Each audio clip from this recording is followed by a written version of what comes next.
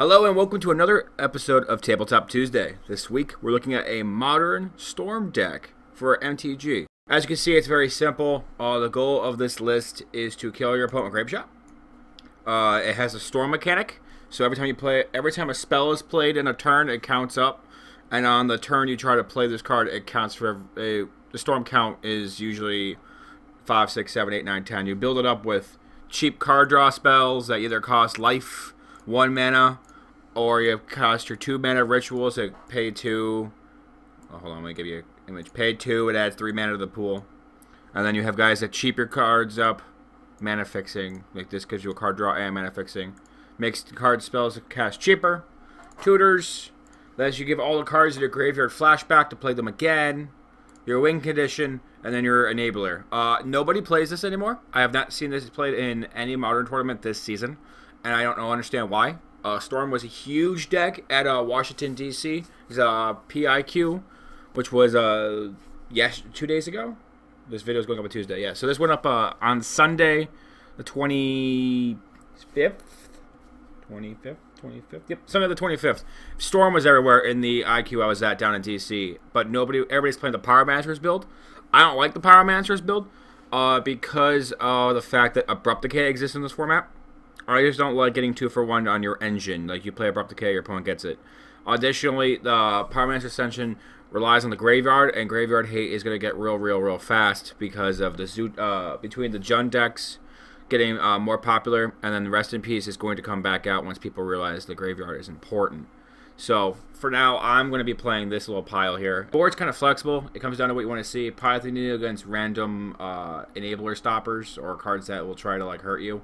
The Ignorant Bliss is for all the Jund decks and Hand Disruption decks. Depending on how this deck plays out, if I keep playing it, I might want to get white ley lines in here, but that's semantics. It comes down to figuring out if I want them or not. They're like probably 20 tickets. I don't want to buy them.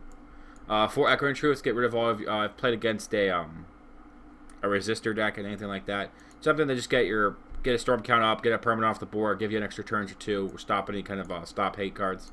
And bolts for like any hate bear that makes your stuff cost more. You know, anything that's getting in your way, just bolt it. Additionally, it's an extra 6 points to the face to if you're not going to be able to Grape Shot enough and you realize you're playing the Race War, you can run 4 of these, and then you can between this being cast normally and then flashback after when you board out a couple of these, you can still flashback this. So that's 6 damage on a card. Like, it already gives your Grape Shot less work you have to do. You have to play less spells to play this.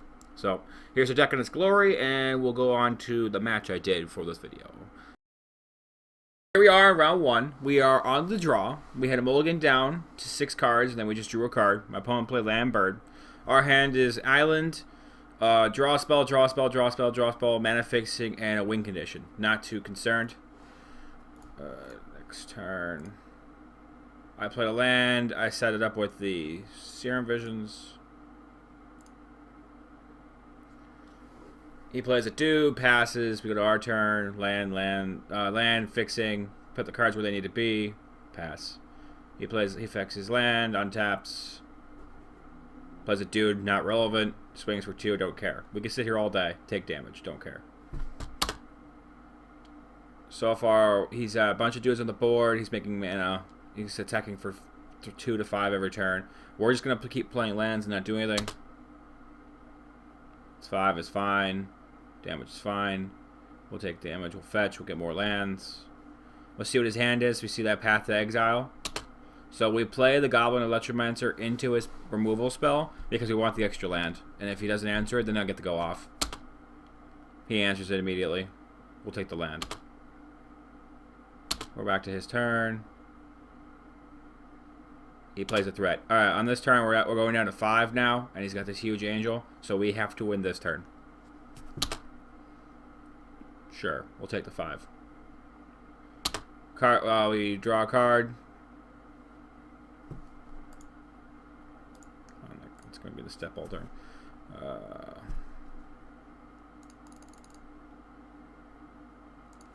Probe him again, see his hand. Draw a card. Play Manamorphose, make mana. Blue, red. Yep. Our turn. We got the Grape Shot. We got mana. We got more mana. We got 3 mana in the pool. We play the Epic Experiment here. We try to go off. We see a card draw spell and a ramp spell.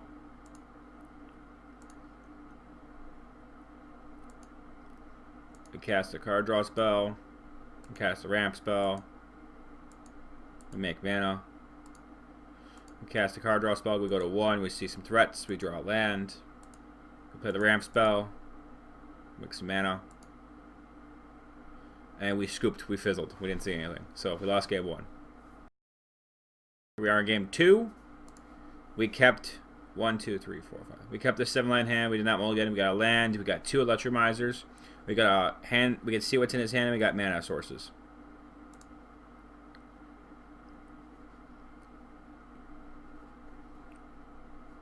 We're making mana. We're getting lands. We're drawing. We're seeing his hand. His hand is nothing.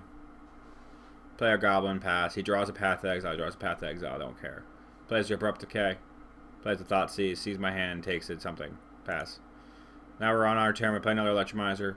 We're just hoping that we get a turn or 2 to go off here. Pass to him. He plays a siege rail. Absolutely uneffectful for us. Ramp. Ramp. We have mana. Ooh, we have mana in the pool from our spells we play that turn.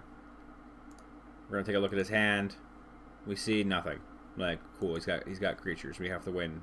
We want to win now, just so we don't, because he's tapped out. It's a good process not to have to do anything here. Make more mana. We're gonna alter some cards on the deck here. That card's dead. We board this in. We left this in the list that needs to be boarded out for game 3. Sure. We set the deck the way we want it. We take the ritual. We take the ritual. We make mana. We cast Epic Experiment for 5. Epic for 5. Play our spells. I played them wrong. The Epic should be last because I would have used the mana for it, I think. But it doesn't matter. I played that spell wrong. So that spell fizzles. I get to make mana. I get to draw a card. Not relevant. I get to use it. All my cards in my graveyard flashback. All these cards I can play from the graveyard for their mana cost. We make mana. We make mana. Make mana. We fix our colors. We draw a card. We make mana. We fix. We make mana. We make mana. We make a card. Draw a card. Fix. We look at his hand. We realize we don't have anything. We take damage. Draw a card. We play the mana card. And we grape shot his face for 22 damage. So the grape shot count says it right there. It says there's 22 spells cast before this. So grape shot will resolve for 23 damage. I could choose where the target, where each instance of 1 point of damage goes. So I put all 23 to his face. And he's dead. We have draw, draw, draw, a ramp spell, and a cheapener with 2 lands in hand. Don't care what he does. Like, he can thought seize us, which I think he does on turn 2. Oh, he plays a dude. Okay, we don't care. Sure. We get a land. We play a land. We play a dude. We pass. This time he thought seized me on turn 3. This time he was smart. He took the ritual spell we had in hand instead of the car ramp, because this way it makes it harder for us to go off. That was the bluff with the electromizer. We go to our turn. He's going to take for 2. I'm waiting for the path. He doesn't have it. I drew another ritual. Stop doing that. We did a card draw spell where he altered things. We draw. We look at his hand. We see Guttural Response. This was the card I was worried about this whole matchup, but it doesn't actually do anything to us. It only stops me from responding to his deck, and there's nothing I'm really care to respond about. So it stops this spell, which was probably a bad sideboard strat. So, like, the deck doesn't really need a board, which is kind of awesome, besides, like, ley lines, which I have to get. So, we make mana, and I get greedy, and I go off on this turn, where I should have waited for another mana, but you're going to see it pays off, because I get triple Manamorphose. I play 1 and draw 2 off the top, and my opponent concedes. So this is the deck. Based on that matchup, that was one matchup in. I like it. It's a fun goldfish deck. You can sit on it and just wait until your opponent tries to kill you, and then respond by going off.